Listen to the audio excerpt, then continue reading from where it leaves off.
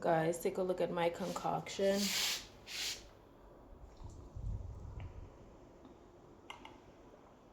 I'm having some I'm having ginger.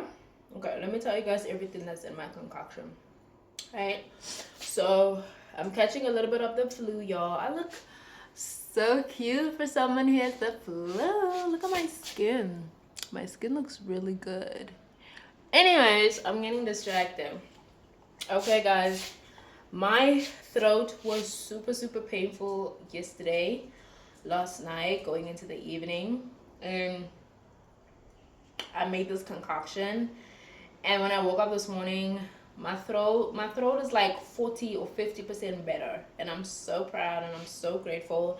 But I have ground ginger. So I have powdered ginger. I have cayenne pepper. I have diced garlic. I have a tea bag of rooibos. I have lemon and I have 2 teaspoons of honey. Okay? This is it. And the diced garlic just mm,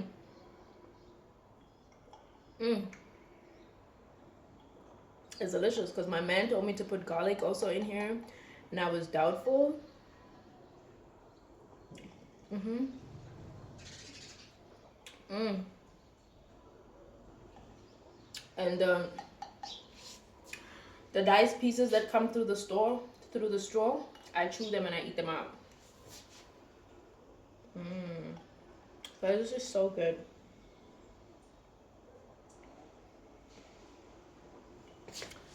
I want to talk to you guys for a second before I leave and while I enjoy my tea.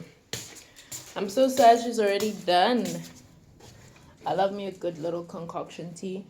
I have a nice candle burning in my room right now because yeah,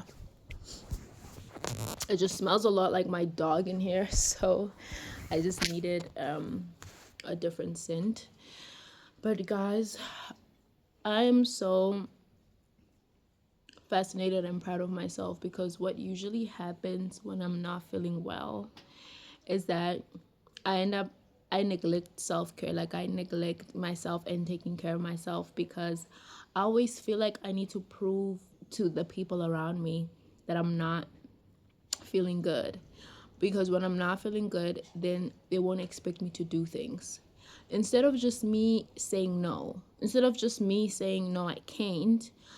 So, for instance, when I'm feeling really sick, I'll stay in bed the whole day. I'll be in bed the entire day. I'll just be in bed the entire day, even though I want to get up and I want to take a bath and I want to do my skincare and like I want to take care of myself. I won't do that because I feel like when I do that, people will think, oh my gosh, but you're okay though, you're fine. I mean, look at me now, I'm fine, I'm good. Like, yes, I'm sick, but I'm happy and I'm grateful. And I think it's okay to be that. And I've just struggled with setting certain boundaries to say, yo, I'm not feeling good. So I'm just going to take some extra time to take care of myself because that's what I need. And that's exactly what I'm going to do. And I don't have to prove that I'm not okay by neglecting myself and then expecting other people to take care of me when I'm well and capable of doing that myself. So,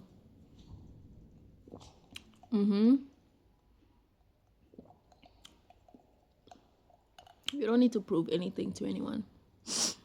And if you know that you need to take some time for yourself, take some time for yourself. And you don't literally have to be hanging on your last leg, okay, for you to take some time for yourself or for you to rest. Because, yeah. So I think I'm going to watch Outlander, y'all. I haven't. Outlander is just such a long show. I don't even know where I'm at with Outlander. I don't really remember, but I'm gonna chill on my bed and I'm gonna nurse my little flu and I'm gonna watch Outlander and I'm gonna take care of myself. And it's okay. And I want some garlic. Please, please, please, please, please. I need a spoon. I want garlic. Please.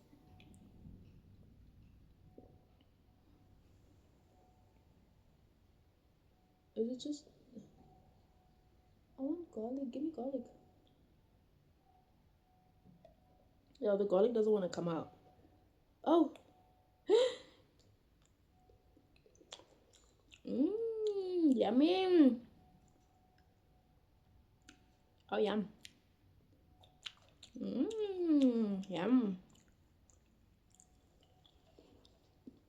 Um, I grew up in a home where sometimes when people are sick, they completely neglect themselves and then they put the full pressure on you to take care of them and do everything for them.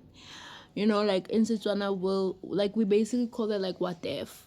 Like in my household, people deaf are hard. Like one little tickle of the throat and suddenly it's like, oh my god.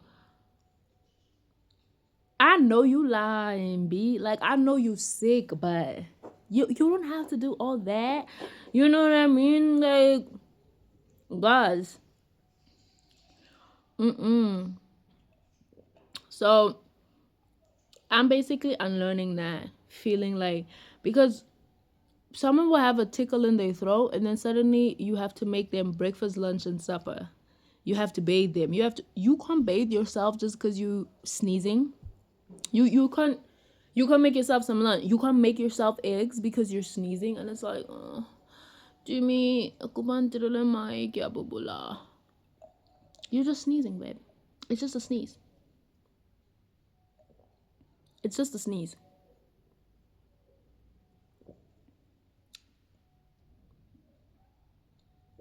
And sometimes people are just looking for an excuse to put the entire pressure of taking care. Like, if someone is incapable of taking care of themselves, that's completely different. But someone is capable of taking care of themselves, choosing not to, and then putting the entire pressure on you to do it and then giving you excuses, it's a bit burdensome. It is a bit burdensome. Like, if I'm incapable of taking care of myself, that's something completely different. But when somebody is full well and capable of taking care of themselves, but you're just making the choice not to. And sometimes I am full and capable of taking care of myself and I just choose not to. But who's gonna do it? Because no one else is gonna take care of me but me. And I'm proud of myself that I'm taking care of myself today. And I got out of bed and I took a bath and I made myself a concoction. Okay. I made myself a concoction because I love myself. Okay. You need to love yourself as much as you want other people to love you. Okay. You need to love yourself as much as you want other people to love you.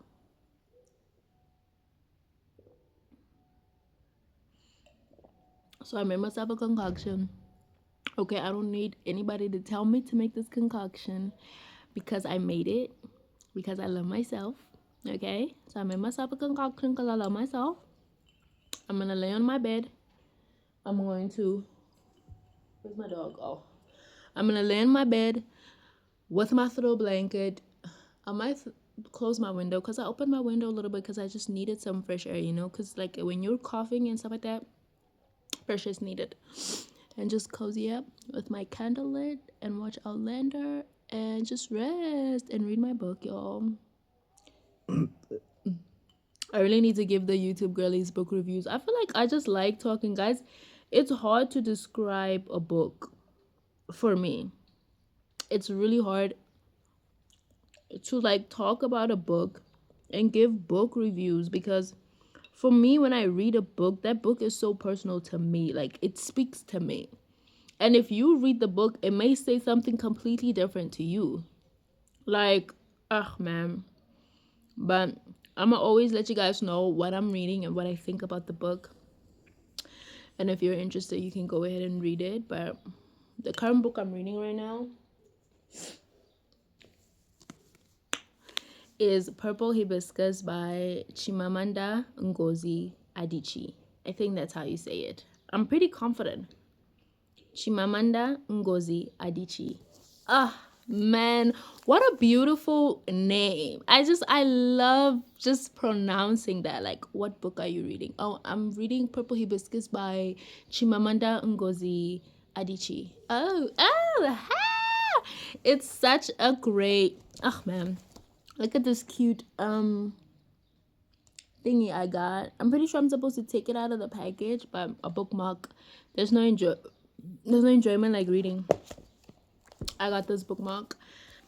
But this is the current book I'm reading. I picked up this book from the library on Monday. I'm halfway through and it's Friday today. I'll be back at the library next week, maybe.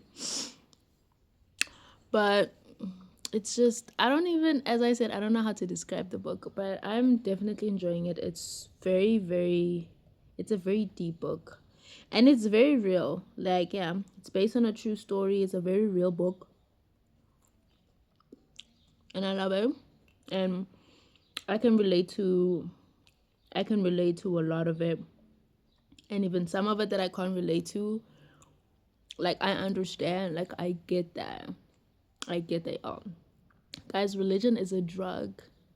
Religion is a drug that is killing our people. Religion is a drug that is killing our people. Those colonizers, they knew what they were doing when they brought religion. They knew exactly what they were doing when they brought religion. Religion is a drug, guys.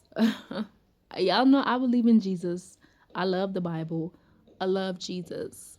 But me and God, it's a relationship. It's not a religion. It's a relationship. Okay? Okay? Okay. But yeah, hey! Like to think of the fact that they're like the person, it says 15-year-old Kambili lives in fear of her father, a charismatic yet violent Catholic patriarch who, although generous and well respected in the community, is repressive and fanatically religious at home. Like, bro, I read that one sentence and I was like, and I took the book. I took it. I was like, I'm 100% gonna take this book. Are you crazy? Guys, I just feel so good right now.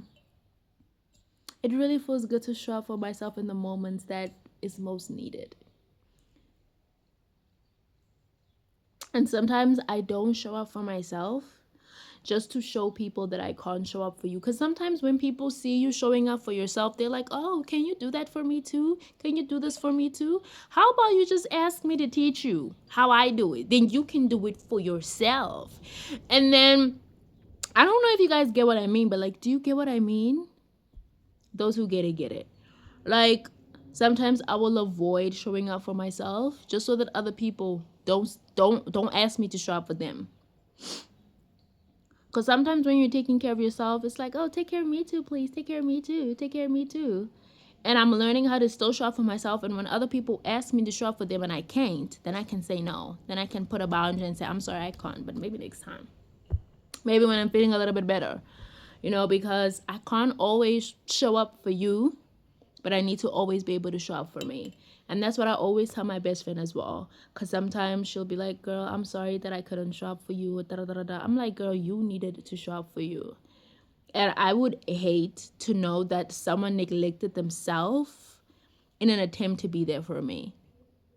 Relationships is all about sacrifice and compromise, and all of that is true, but not to the point of self-neglect. Sacrifice and self-neglect are two different things. Compromise and neglect of self, that's two different things. Okay, we can compromise. We can sacrifice. You know what I mean? But self-abandonment and self-neglect, I'm not about that. Okay, I'm not about that. I can prioritize someone else above myself without it being self-neglect. I can sacrifice something that I want to do right now to show up for someone else and that not be self-neglect. You know what I mean? I might have planned a movie night, but someone needs me. I can put that aside and show up for that person that needs me because it was movie night. You know what I mean?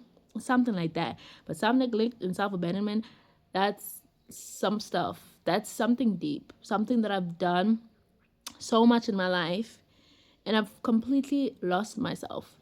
And the people who you are neglecting yourself for, 9 times out of 10, they wouldn't neglect themselves for you. Okay? So you need to love your neighbor as yourself. Not love your neighbor more than yourself. Not love your neighbor and neglect yourself. Love your neighbor as yourself.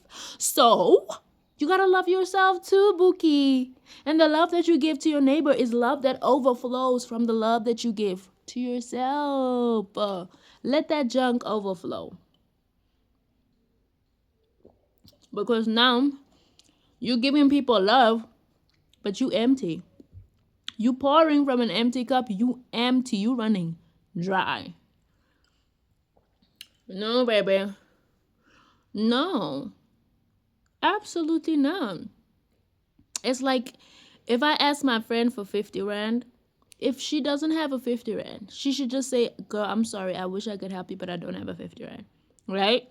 If she has a 50 rand, if she's overflowing with money, she can be like, yeah, girl, you can have this 50, I still got a 200 with me, so you can have the 50. That's great. Because she's pouring, or she's giving from a place of abundance, not from a place of lack. Now, I asked my friend for 50 rand, and instead of telling me that she doesn't have a 50 rand, she goes and puts herself in debt. She goes and borrows 50 rand at the bank. You could have just told me you didn't have. I would have understood. Like, you know what I mean? If you don't have, you don't have. And sometimes people will get upset at you for not having what they wanted from you, but it's okay not to have. It's okay to lack sometimes. It's okay to be a little empty sometimes. It's okay to not have love to give and some attention to give and some. It's okay not to have that all the time. And sometimes you just have to tell people, listen, I don't have the emotional capacity right now. I don't have the physical capacity to show up for you right now. I don't have the financial capacity to be there for you financially. And that's okay. That is okay. That is totally okay. And I'm learning how to put those boundaries too and set those boundaries. I'm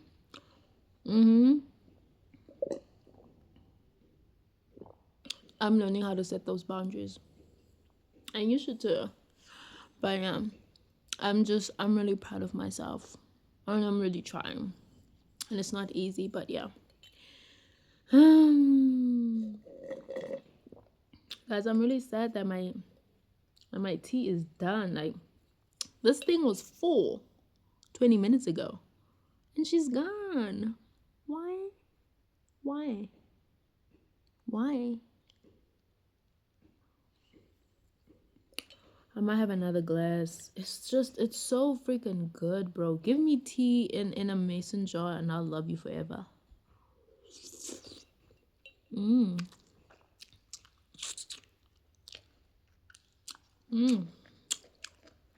me tea in a mason jar.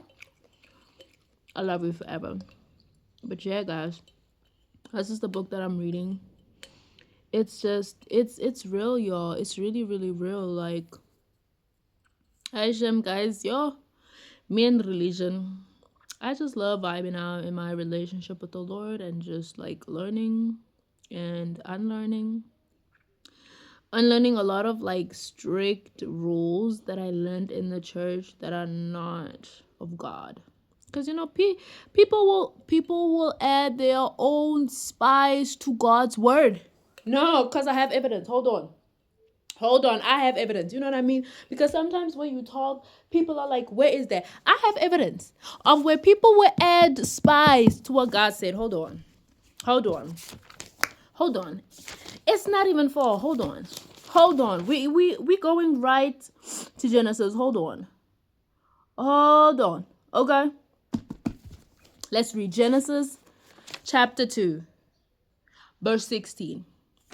And the Lord commanded the man, saying, of every tree of the garden you may freely eat, but of the tree of the knowledge of good and evil you shall not eat. For in the day that you eat of it, you shall surely die. That's it. That's what God told Adam. He said, listen, you can eat of all the trees in here, but of this tree, you can't eat. I don't know what Adam told Eve. But when the serpent came up to Eve, what did Eve say? And the woman said to the serpent, we may eat the fruit of the trees in the garden, but of the fruit of the tree which is in the midst of the garden, God said, you shall not eat it, nor shall you touch it. Nobody said that. No, nobody said that. God did not say that. And I know it might sound like something very, very small, but it is evidence. Although sometimes God will say something and then people will like add fire, add spice to what God said. And then it makes Christianity seem like such like a spicy. Calm down. Calm down, people. Let's just take a breath and just breathe, okay? Because, hey, hey, not Adam telling the woman, even if you touch it. Nobody said anything about touch. God just said, just don't eat. Don't eat. So sometimes people, they will add spice to what God said and make it so big and dangerous. God just said, listen, just don't eat, please. Yeah? Because in the day that you eat, you'll die. You will die. So, yeah, I grew up with very, very strict, like, religious stuff, and I, I was just like, God is not nice. But when I stepped outside of religion and I stepped into relationship, I was like, I am never leaving. Guys, me, I'm not leaving. I'm not going anywhere. I don't care what happens. But I know that God is real. I've seen him in my life, okay? It's not about what I read in Exodus and what I read in Numbers. You can take the Bible from me today. That wouldn't change my experience with God. You can take the Bible away from me. I can live without the Bible. The Bible is just a tool. But if you take away the tool, I still have access to God. I can still talk to him. I still know who he is outside of the Bible. The Bible was a tool to introduce me to him. It's a tool we use to communicate. It's a tool to give me more understanding of who he is, right? Something a little more, a bit more tangible, because God, it's not a God that I can see with my physical eye. It's not a God that I can hear with my physical ears. So the Bible is the closest thing to that physical intimacy. But without the Bible, I'm still good, y'all. I am so good because, yeah, I don't need anyone and anything to validate my experience with the Lord, because me and God, I have an experience with him. I have a personal experience with him.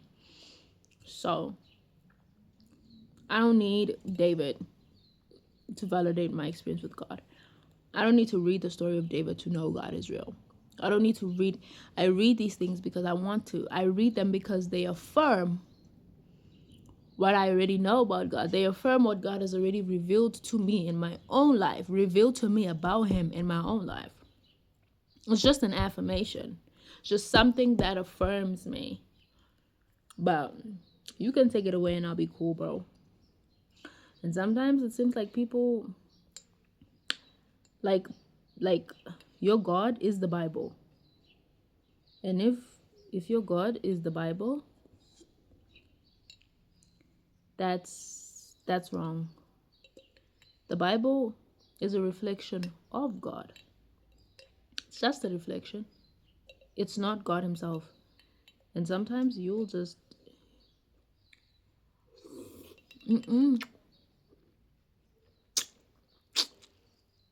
because sometimes a reflection isn't always very clear. Reflection is like outside. Not outside. Like,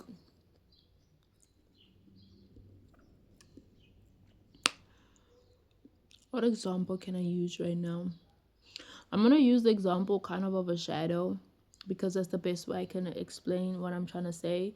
But like at night when you're standing by a wall and like there's a light and stuff like that on the wall, the light basically reflects an image of you, right? So maybe your shape or something like that. But in that shadow, you can't really see your eyes or your nose or your lips or your skin color. or your nails, or it's like those small intricate things. You just see the shape. And that's what the Bible is. The Bible is just the shape. And after you've seen the shape, you get to know the person. What is his eyes like? What are the heart like? What is the person's heart? A reflection is just a reflection, but it's not the real thing. And sometimes when you just get attached to the reflection, you don't get to know the heart and the actual person behind the reflection. When we don't make time to get to know the actual God behind this, it can be troublesome. It can really be troublesome. But anyway, that's my 2 cents. And kind of just what's been on my mind, I guess, because there's been a lot of stuff circulating. And I am too still on my journey of getting to know the Lord better. But I love him, and I love how him coming into my life has completely changed me, changed who I am, changed my confidence, changed how I've seen myself. And I just love seeing God and I as one and not separate beings. So me and God, he lives in me. We're one person. I don't know if that makes sense, but we're one.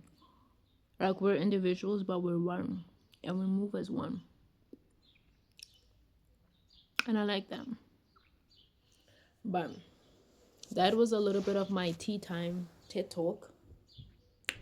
And I think I might post this on its own as just like a chatty vlog. I think that's great. Just having like separate chatty vlogs on my channel, because I tend to be pretty chatty, but it's nice to just let the vlogs be the vlogs and then let the chatty vlogs be a little bit chatty, where I just get to have some one-on-one time with you guys and actually talk. Because in my last vlog, I did like a 20-minute monthly reflection at the beginning of my vlog.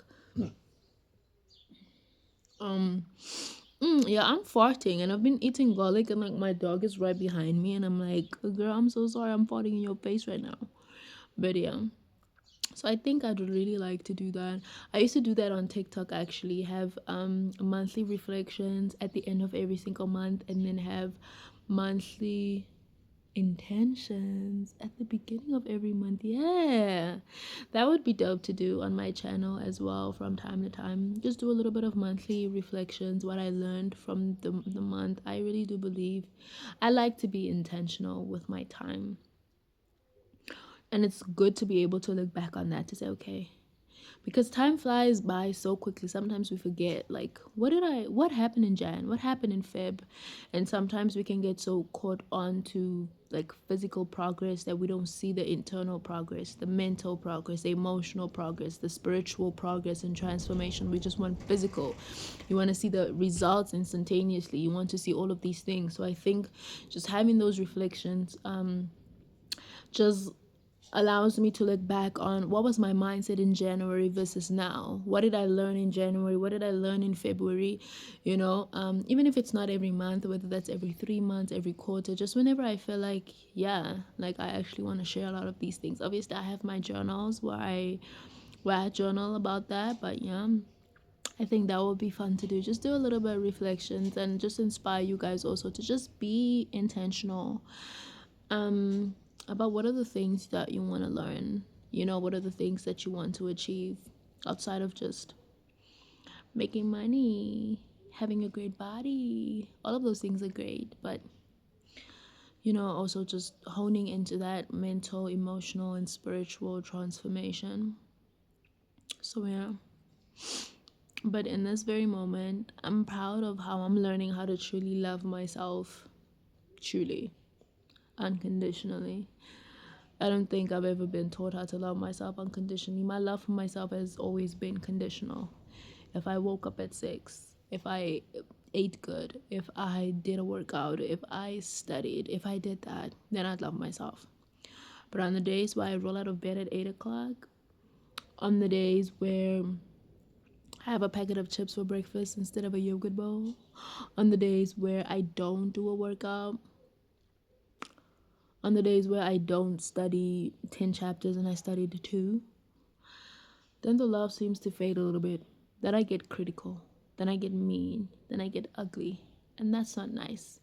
And I'm proud of how I'm learning how to outgrow that, and I'm learning how to give myself love and compassion, hold myself accountable when it needs to, push myself when I need to, and rest when I need to.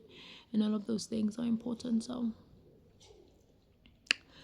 guys, when I tell you guys I feel so much better, this concoction, bro, I'm tempted to do it again, but I feel like I'll let it work its thing. I'll let it do its vuma. I have no idea what I want to eat for lunch, or for breakfast rather. What's the time? It's 20 past 11. I haven't eaten for the day. Truly guys, I'm not a breakfast person. I'm really not somebody who, it's very rare that I eat in the mornings. It's very rare that I get hungry in the mornings. Yes, I have my days, and probably usually around my period. But I'm really not somebody who actually really eats 3 times a day. Not all the time. But even when I do eat 3 times a day, I'll eat like at 12, then I'll eat at 4 p.m., and then I'll eat at 8 p.m. But like, I don't really eat like in the mornings, like 8 o'clock, 9 o'clock, 10 o'clock. Like, not really. So usually my hunger strikes anytime between the hours of 12 and 2 on a good day. Yeah, 12 to 2 on a good day. That's when I usually have my first meal. I remember I would, like, when I was in high school, I would always look people, like, they'll be like, oh my gosh, I had breakfast this morning. It's 7 a.m. What time did you have breakfast? 6:30? I just don't understand the concept of waking up and being hungry every day. I don't get it. So even at school, my first meal of the day would have been lunchtime, which would have been 10 past 10. That would be my first meal of the day. And that worked out perfectly for me, because I'm not eating at 7 a.m. Girl, I'm still sleepy. I wish I could still go back to sleep. What are you talking about? You ate. I'm not hungry. I'm not thinking about eating right now. So, yeah, it's very rare that I eat. Did I drink my water? And I always try to make sure that I really always try to make sure that I drink 2 cups of water before my first meal of the day. But yeah, I'm proud of myself. And I just wanted to say that. And I hope that when I have my moments that I'll be able to look back on this video and show myself some love, okay? Because I'm growing and I'm learning and I'm really trying my best. I really am trying my best. And I need to give myself more credit because, girl, I'm proud of you. You're doing well, okay? Don't be so overcritical over yourself. It's good to be self-aware. It's good to be accountable. But don't use those things as a crutch now, to the point where you're just so overcritical and you call that self-awareness. There's boundaries when it comes to those things, okay? It's good to be accountable, but not to the point where it becomes being critical of yourself.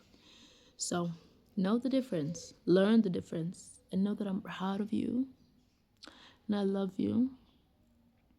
And I hope that you can be proud of yourself. And you don't have to, it's not about doing the most biggest, hugest thing in the world that you'd be like, oh my gosh, I got 90% for a test. Now I can be proud of myself. Be proud of yourself for every single moment. Because the fact that I am still here today, despite what I've been through, that's more than enough to be proud of myself. The fact that I'm still such a beautiful person, even though the world beat me up. Wow. I'm proud of myself for that, girl. Because the things I've been through in the past, I have every right to be better. I'm going to tell you, I have every right to be better. I have every right to hate everybody. I have every right to cuss niggas out and punch people in the face. But what do I do instead? I love, I forgive, I give grace. That's what I do instead. And I should be proud of that. Okay? And I could have killed myself because shit was crazy. But I stayed. Why? Because I had hope. I had hope that things could change, and things did change. And it's not really things that changed. I changed. Because 9 times out of 10, things stay the same. Niggas stay the damn same, girl. Sometimes you just gotta change and get the fuck out of there. Because sometimes niggas won't change. Sometimes your situation ain't gonna change. Sometimes you just have to change and rise above the situation. And I'm proud of myself that I did, because I rose above so many things. And I'm proud of myself for that. And that's enough to be proud of myself for. Waking up every day, knowing that this life that I'm living is a life that I had faith that I would one day live. And I'm here, right? And I'm proud of myself. I'm proud of myself for that. And you should be proud too. Because you've been through some stuff that you shouldn't have been through. But you've been through them. And you got through them. And here you are, breathing, trying every day, striving. Wow. Wow. Eyeball. I am proud of you. I am proud of you, baby. You could have given up a long time ago, but you didn't. And even when you gave up, and then you decided, no, I'm going to keep going, and then you kept going. And I'm proud of you. I am so proud of you for that. And you should be proud of you too. I love you. And I'll see you guys in my next video. Bye.